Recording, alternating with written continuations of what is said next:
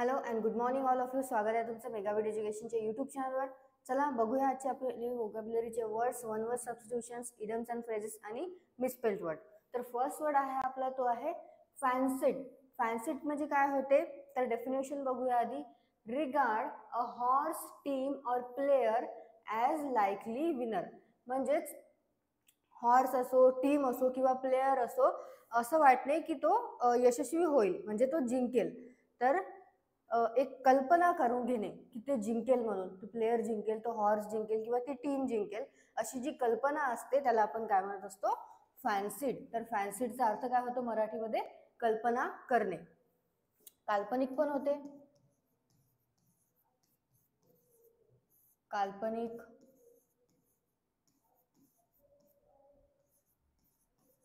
कल्पना रम्य किंवा खोटा, कल्पनेने तयार केलेले किंवा कल्पनाने तयार केलेला. ओके, सो म्हणजेच एक काल्पनिक जो असतो किंवा आपण ज्याची कल्पना करतो फक्त, तर त्याला काय म्हणतात, फॅन्सीड. सिनोनिम काय आहे, विश फॉर, वॉन्ट, डिझायर. जशी आपल्याला डिझायर असते की आपण काय एखादं मोठं घर घेऊ, एखादी जी खूप ब्रँडेड गाडी आहे, BMW आहे, फरारी आहे, ती घेऊ, तर जी डिझायर असते आपली. म्हणजे काय होते, आपण कल्पना केलेली आहे की आपल्याला ती पाहिजे म्हणून. म्हणजेच त्याचा अर्थ काय होतो, फॅन्सीड. अँटोनिम काय आहे त्याचे, डिसरिगार्ड, मेजर आणि निग्लेक्ट. नेक्स्ट वर्ड बघूया. सो नेक्स्ट वर्ड काय आहे, नेक्स्ट वर्ड आहे शेफर्ड. शेफर्डचं डेफिनेशन काय आहे, guide or direct in a particular directions. म्हणजे एकतर मार्ग दाखवणे होते किंवा एखाद्या पर्टिक्युलर डायरेक्शनला डायरेक्ट करणे, मार्गदर्शन करणे. ओके, सो शेफर्ड म्हणजे काय होते मराठीमध्ये, एकतर संघ जो असतो त्याचा संचालक असू शकते, एखाद्या संघ आहे, एखादा ग्रुप आहे, त्याचा जो संचालक असतो तो काय करतो, आपल्याला गाईड करत असतो की तुम्ही हे काम करा, याच्यामुळे तुमची वृद्धी होईल म्हणून. म्हणजेच शेफर्ड म्हणजे होते संघ संचालक. आणखी काय होते, जो दिशा दाखवतो, दिशा दाखवणे, मार्गदर्शक. मार्गदर्शक काय करतो, आपल्याला मार्गदर्शन देतो. आणखी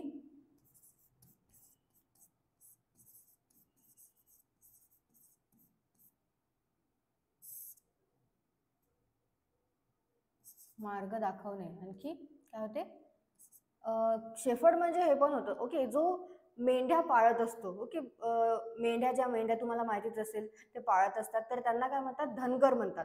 ते धनगर जे असतात त्यांना सुद्धा आपण शेफर्ड असं म्हणतो. ओके, धनगर जे काय करतात, मेंढ्या पाळतात. ओके, त्यांना पण काय म्हणतात, शेफर्ड असं म्हणतात. सिनोनिम्स काय आहे, गाईड करणे, conduct, usher, convoy, marshal, steer, herd, lead आणि टेक. सो हे आहेत सिनोनिम कशाचे, शेफर्डचे. अँटोनिम्स काय आहे, डायवर्ट, मिसगाईड आणि डिफ्लीट. ओके, सो काय होते, शेफर्ड म्हणजे एकतर गाईड करणे होते, म्हणजे मार्गदर्शन करणे किंवा दिशा दाखवणे, मार्ग दाखवणे असं होते. अकीन, नेक्स्ट वर्ड आहे अकीन. अकीनचं डेफिनेशन काय आहे, ऑफ सिमिलर कॅरेक्टर. म्हणजे जो समान आहे त्याला काय म्हणू आपण, अकीन. अकीनचं मराठीमध्ये काय होते मीनिंग, समान किंवा सख्खा, एकसारखे, किंवा आपण म्हणू शकतो की रक्तसंबंधीमध्ये जे असतात, ओके, त्याला सुद्धा आपण अकीन असं म्हणतो. रक्ताशी संबंधित असणारा, म्हणजेच रिलेटेड बाय ब्लड. जसे आपले पूर्वज आहे, ओके, त्याला काय म्हणू आपण, अकीन, जे की काय आहे, आपल्या रक्ताशी संबंधित आहे. सिनोनिम काय आहे अकीनचे, similar, related, close, near, corresponding, comparable, parallel आणि इक्विव्हॅलेंट. तर हे आहेत सिनोनिम अकिनचे. अँटोनिम्स काय आहे? अनलाईक, म्हणजेच लाईक, सिमिलरचा अपोजिट अनलाईक, जे अनलाईक आहे. Next soothing. सूदिंगचं डेफिनेशन काय आहे? Having a gently calming effect, म्हणजे काय करणे? सुखदायक किंवा सांत्वना करणे, सांत्वना देणे, त्याला आपण काय म्हणू? सूथिंग. तर सूथिंग म्हणजे काय होते? सुखदायक, सांत्वन करणे किंवा शांत करणे.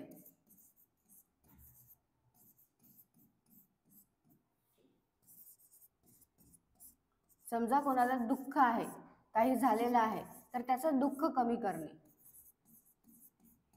सांत्वना देणे आणि त्याचं दुःख कमी करणे हे सेमच आहे. पण एखाद्याला समजा काही दुःख झालेलं आहे, तर त्याचं दुःख आपण कमी करतो, त्याला सूद करतो, तर त्याला सूदिंग असं म्हणतात. सिनोनिम काय आहे? काम, काम down, quite, पॅसिफाय, subdue, settle, settle down, comfort, push आणि लल, ट्रँक्युलाइज. तर हे आहेत सिनोनिम कशाचे? सूथिंगचे. अँटोनिम्स आहेत ॲजिटेट आणि डिस्टर्ब.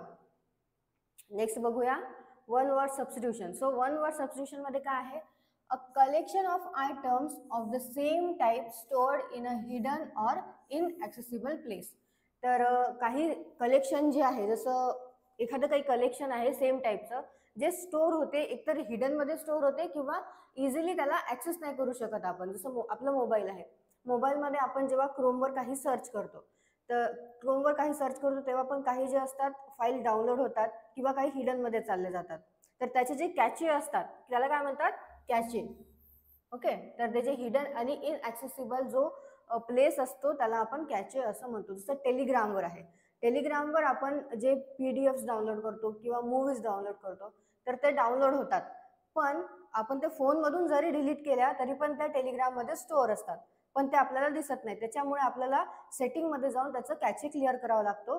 तेव्हा त्याचा जो स्टोअर डाटा आहे, जो पण हिडन असतो, त्याच्यामुळे आपली मेमरी फुल होत असते, तर ती काय होते? क्लिअर होते. तर ते काय असते? कॅचे, जे की हिडन प्लेसवर आहे स्टोअर तो डाटा किंवा इनॲक्सेसिबल प्लेसवर आहे.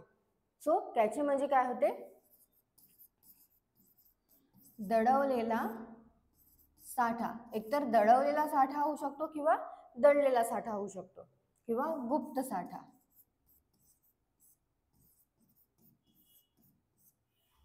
Next a self governing country or region, म्हणजे काय होते? ऑटोनॉमी. तर तुम्ही ऑटोनॉमस ऐकलं असेल, खूप कॉलेजेस ऑटोनॉमस असतात. ऑटोनॉमस म्हणजे काय? तर जे कॉलेजेस, जे युनिव्हर्सिटी, जे इन्स्टिट्यूट स्वतःच त्यांचं काम जे आहे ते गव्हर्नमेंटच्या हिशोबाने नाही करत, स्वतःच्या इन्स्टिट्यूटचं काम ते स्वतः करतात. जे पेपर्स वगैरे असतात, एक्झाम वगैरे असतात, ते स्वतः सेट करतात आणि स्वतःच त्या कॉलेजमध्येच ते चेक होत असतं आणि तिथनंच आपली जे मार्कशीट आहे ते निघत असते. तर त्याला काय म्हणतो आपण? ते ऑटोनॉमस इन्स्टिट्यूट आहे. तर ऑटोनॉमी म्हणजे काय होते? की ते सेल्फ गव्हर्निंग आहे, कंट्री किंवा रिजन, कंट्री किंवा रिजन किंवा युनिव्हर्सिटी, जे पण आहे सगळं जे की सेल्फ गव्हर्निंग आहे, त्याला आपण काय म्हणतो? ऑटोनॉमी. तर ऑटोनॉमी म्हणजे काय होते मराठीमध्ये? स्वयंशासन.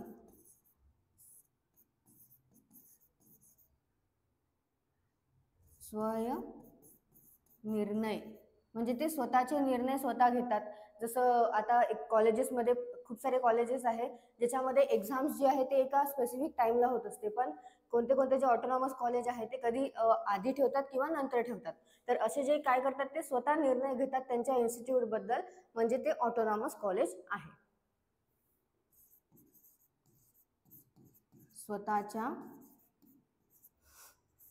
कृती. ओके, तर म्हणजे काय होते? ऑटोनॉमी. नेक्स्ट मिसस्पेल्ड वर्ड मध्ये फर्स्ट वर्ड आहे तो आहे कॉन्सन्ट्रेशन.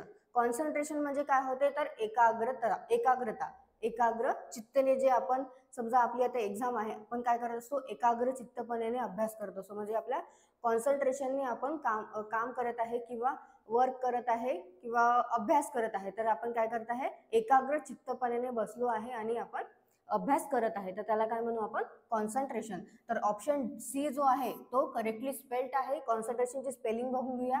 CONCENTRATION. कॉन्सन्ट्रेशन म्हणजे काय होते एकाग्रता.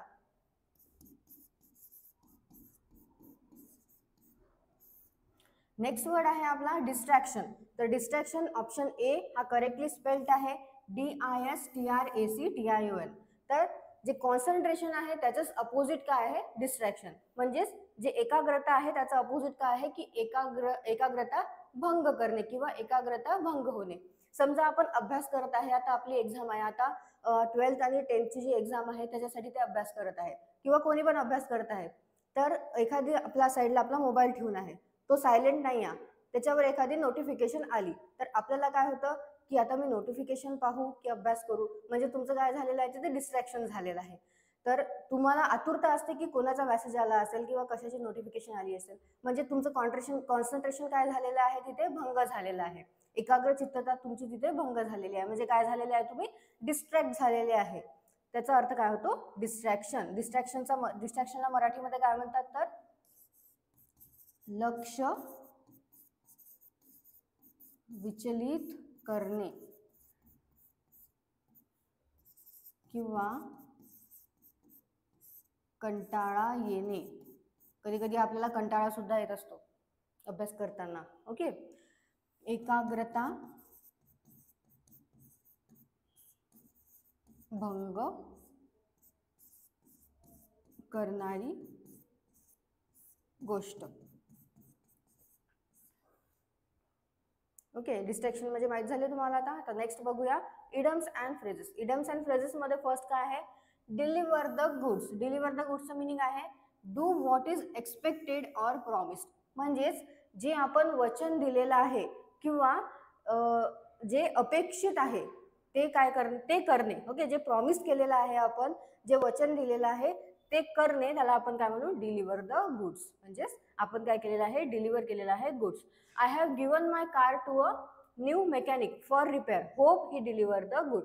म्हणजेच त्यांनी काय केलेली आहे, आता माझी कार आहे, मी मेकॅनिककडे रिपेअर करायला दिलेली आहे माझी कार. तर मी काय करेल म्हणजे माझं होप राहील की तो जो मेकॅनिक आहे तो काय करेल मला माझी गाडी जी आहे ती चांगल्या प्रकारे रिपेअर करून देईल. म्हणजे डिलिव्हर करेल गुड.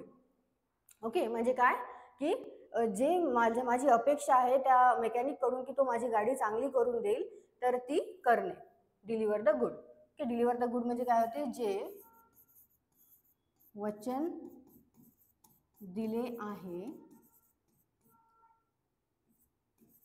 किंवा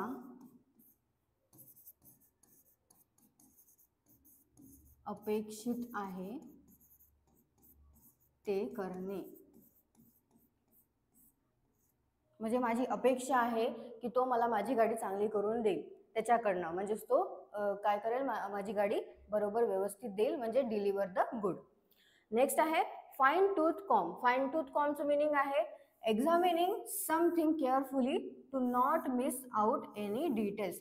म्हणजेच एखादी गोष्ट जी आहे ती एकदम बारकाईने काय करणे, बारकाईने आणि खूप काळजीपूर्वक तिची टेस्ट करणे, त्या एक्झामिन करणे, तपासणी करणे. तर त्याला आपण काय म्हणू फाईन टूथ कॉम्ब. एखादी गोष्ट तिला एकदम फाईनली आपण खूप एकाग्र चित्तपणे किंवा काळजीपूर्वक तिला आपण एक्झामिन करत आहे, तिची तपासणी करत आहे, तर तिला आपण काय म्हणू fine tooth comb. Okay. Fine tooth comb म्हणजे काय होते एखादी गोष्ट खूप बारकाईने आणि